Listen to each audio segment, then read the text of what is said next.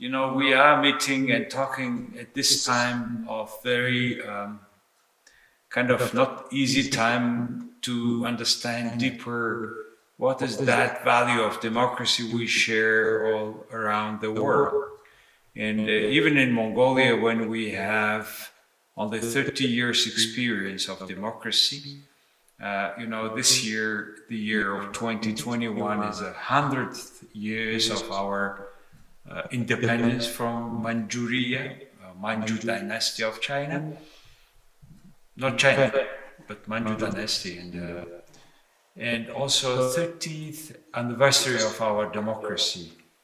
And for the first time, we have announced our fully independence from the socialist system, and we changed our constitutions, and we have decided to pursue the road to the market economy, democracy, and plural ideology. So I would like to share with you what is done so far and what are the challenges we face today. Is it okay? That's great. Okay. In our constitution that we have approved in 1991, just after the revolution, the fundamental purpose of our state is the insurance of democracy, justice, freedom, equality, and national unity, and the respect of law.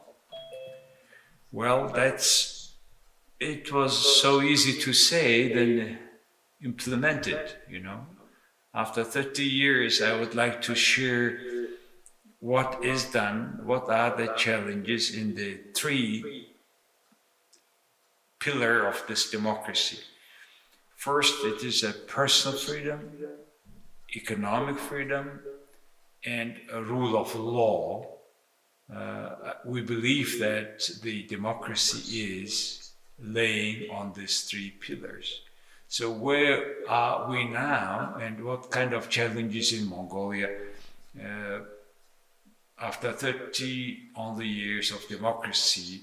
And I'm talking to you people who has almost 300 years of that value. So that would be interesting for you to compare what are the challenges after 30 years and after 300 years.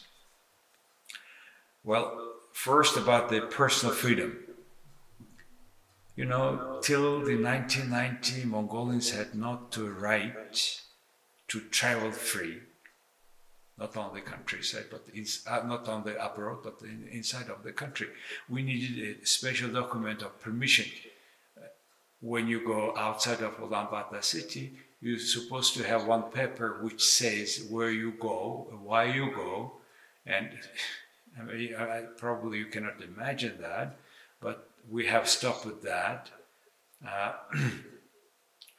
And that personal freedom was such a precious thing, because before, if you have a different opinion than the Communist Party of the country, then you will have a lot of punishment.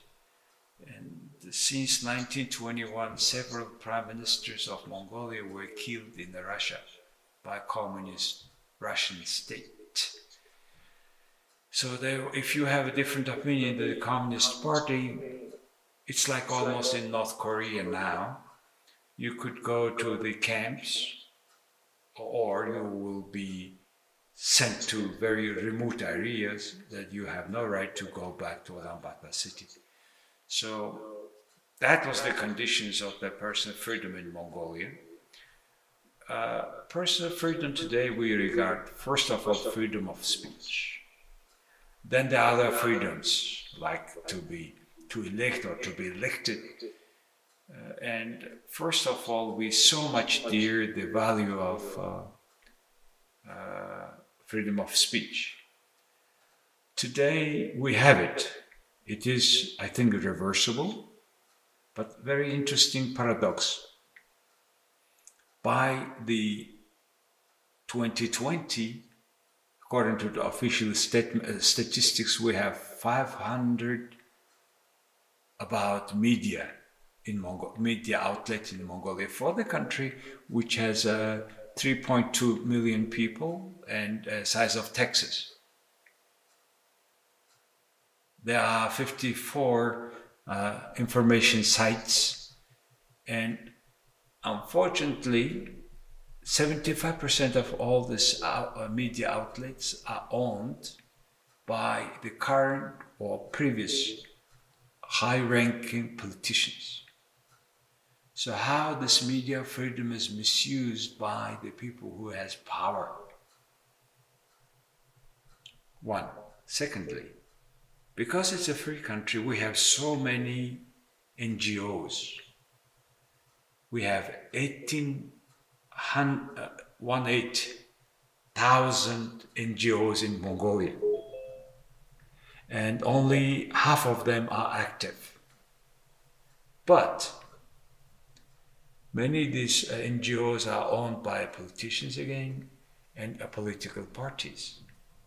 You see how you overarch that freedom of speech in a democracy in Mongolia, for example. Though we have a right to be elected and to elect, but it's increasingly becoming difficult to be elected because all this election system is controlled by people who has money, who has a connection, or who has a power in political system of the country. So our election is becoming today a kind of fight of money. In particular, today it's very urgent now because on June 9th we have the presidential election of Mongolia, very shortly. And now whoever is participating in the elections from those political strong parties, they almost buy elections. They distribute money, though it is not legal. But they find the way to distribute money for those who is electing for them, unfortunately. So our representative democracy is becoming so much skewed, and so much that I call it democratura, a combination of democracy and dictatura. And since we account all votes with machines, like 30% of the US states do, and things made it much easier, but still they are fighting around whether it is so much reliable or not. So that's the situation with the personal freedom in the country, and it seems like we need to limit the right of politicians to have own media outlet, because it's so much screwing everything, so much brainwashing of ordinary voters. You know, our previous and current presidents have own TV channels. And there are very few politicians who has no media outlets. So in these conditions, it's very hard to have a fair competition for true words. So it looks like we need to now use also the technology, blockchain, for voting, so that nobody can fake it. So hopefully this new technology will give us more chance to have a more true election in Mongolia. And the most importantly for that, we need to have a transparent political party financing, in particular campaign financing. So that's I would like to say about the personal freedom part of my speech. The second one is about economic freedom. Economic freedom starts from free market price, which is not the case in Mongolia. The state is still controlling several prices of several commodities, most important commodities, through the discounted alone, they control the price for flour, meat, fuel, water, in particular power, electric power. And people, households, pay the price 30% less than the actual cost. So with these conditions, it's very hard to be non-dependent on the politicians or on the state. 1 kilowatt power in Mongolia is, in US, I was calculating it in today, 9.2 cents, the cost, but they sell it for 6.4 cents. And this year, because of this control of price, Mongolia is importing electric power from Russia and China, only two neighbors we have. And there is no incentives to create additional power of electricity, which is so key, so the main source of economy. And because it's controlled by the state and the private companies have no right to supply power in Mongolia, we have a consistent deficit of local production of their power. And we want to create hydropower stations in one of the large river in Mongolia, which down the road goes to Baikal River in Russia. But the Russians have created such a campaign that we are not able anymore to create that power stations, hydropower stations. So we really dependent on to our neighbors, which are not necessarily the most democratic states in the world, as you know. So that's the situation of the part of the economic freedom. And along with that, we have increasingly see the growth of state-owned enterprises. That's very unfortunate because they are competing with in the businesses that can be created by private individuals, private companies. And we have now, according to the statistics in 2016, we have some state-owned or local state-owned enterprises, 43 production plants, 3 commercial banks, and 49 public companies, so-called. For example, why I'm saying so-called? Because Mongolian Airlines, for example, so-called public company, but 100% owned by the state. And they don't give a chance, a right competition, a right for private companies. We have another 3 private airlines, but the Mongolian Airlines have a monopoly right to fly only the most profitable routes, only the Mongolian Airlines fly, for example. And yet they don't fly domestically. And the Mongolian other private airlines fly domestically, and it's very hard to have a connection international flights and domestic flights, which are the source for proper development of tourism in Mongolia. You know, Mongolia is quite like Colorado, and Beth knows well, and many of you guys know because you have visited Mongolia, Ulaanbaatar and Denver cities, sister cities, and I had the honor to receive every year more than 10 or sometimes 20 guests from Denver for the last 10 or more years after my graduation from University of Denver.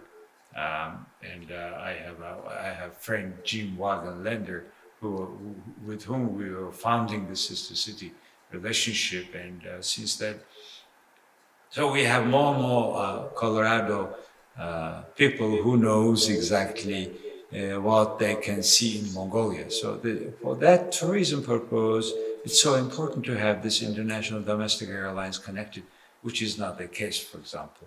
The other thing is now this state-owned enterprise have total asset equal to GDP of Mongolia.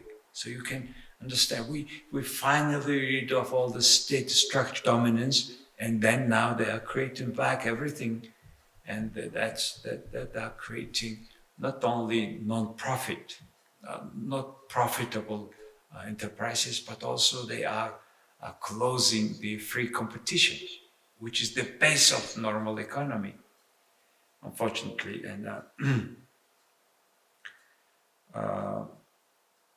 in these enterprises, which are working, 1/3 is working with always profit, a loss, 70% is with profit. But their salary is way higher than the private companies. The private companies cannot compete with state-owned companies now. As a result, what's happening is they are becoming slowly the monopoly of state in businesses. And yes, they announce tender for procurement of the states. But unfortunately, they don't have a procurement, they don't have a tender for sales of state-owned enterprises commodities like coal, gold, copper, which are these three items which are 90% of our export. And where the politicians have own shares, turned out, on pie in the sales of those products, and from 1 tons of, say, copper, everybody has. I mean, these people connected have $1, for example. So you can understand the size of corruptions, which we are nowadays opening the confidential informations. So what happened when state-owned enterprises are becoming dominant and the state gives more money to the people than as a welfare, then the salary is not growing, and people are discontent with the low level of salary. And for many, it is much better to have welfare than to work. It's almost comparable. If you have 3 child and some medals, then it's much better to have not doing anything than receiving the same money, almost. So that's my concern, having back many socialist system in the country. And also it is created by higher taxes. Well, compared with the US, it is maybe not that high, but for employer, it will be 27% social taxes to the state. And now they keep increasing every year for 1%, because the pension system is not the system that you get back the money. It's just kind of insurance. You don't receive back any money. So it does not create incentives for employees to create jobs. As a result, we have a lot of unemployment at the time when we need more labor. So you can imagine how it's this combination of communist and socialist system with the normal free market economy. It doesn't work. Every child receives 100,000 tugriks per month. I understand it is necessary, a very economic stimulus to keep jobs important, and that's what the government do. I'm not criticizing the part of government actions during the pandemic. And by the way, in terms of pandemic fight, now we have almost 60% of the adult population is already vaccinated. I think we are now number 1 or 2 in the world, not because we are that much genius, just because we are only 3.2 million, and it's so easy to have vaccinated 2 million people, So it's almost, we have vaccinated everybody, and I got the AstraZeneca second doses already, and like many people. So relatively now, things become very safe. Almost not like maybe in Colorado, but they still ask us to have a mask. But in general, things are becoming much better. And we have some total out of 3.2 million people, 40,000 cases of infections, and some 200 people only died.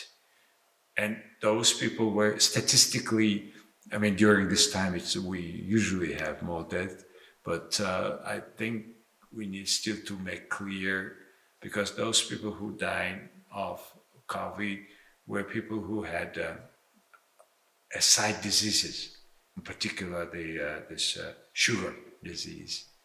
So COVID-wise is okay, but we learned a lot of things. And the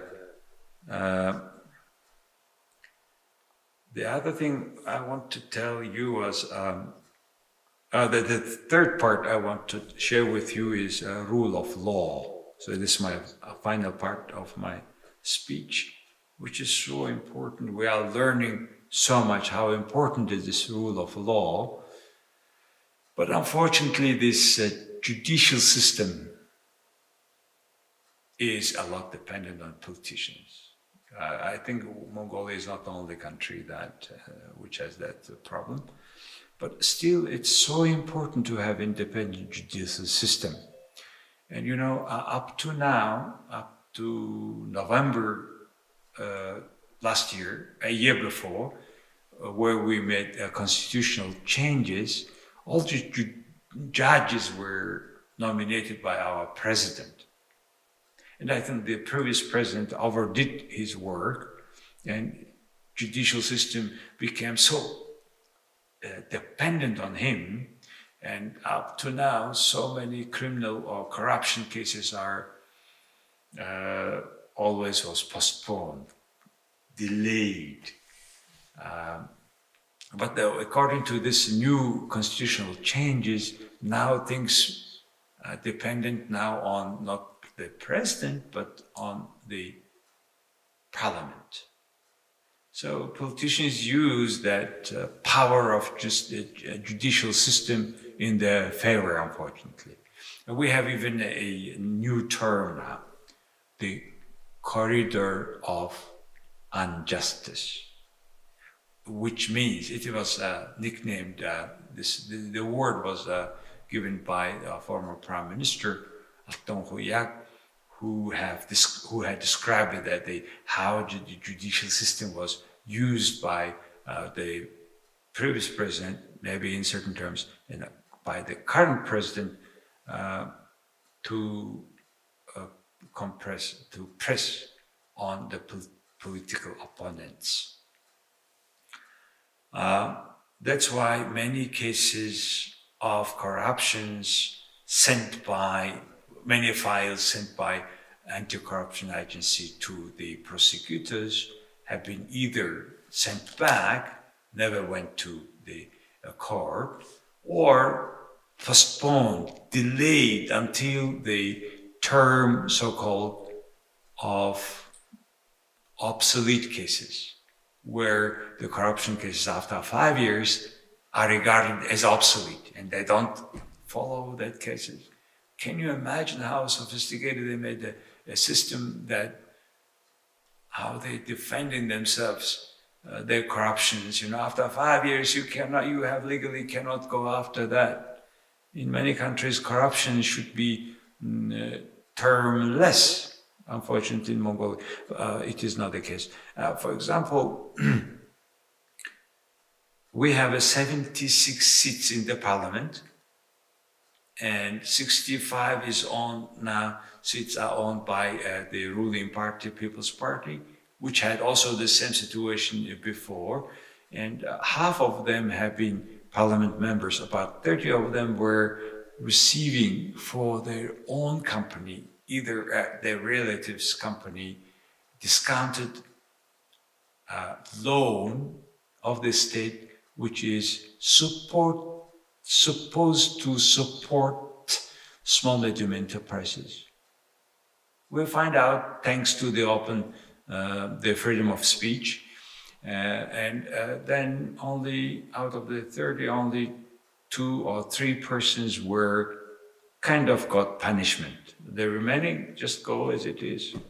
So very briefly, I just now told you the democracy situation in Mongolia, but the good thing is now, I mean, I talk about that, I write about that for the last 11, 12 years, and still we are able to talk about that openly. And that gives me the belief that the country overall can solve the issues because that truth information is coming to every household. And I think it is giving a chance to every Mongolian to think twice. How do we use that freedom of speech? That's what I want to share with you, and thank you very much for your patience. Thank you so much for being with us today. I think we've all learned something about your countries that we didn't know before, and that some of the issues that you're facing in your country are similar to the ones that we're facing in ours. Thank you. Thank you.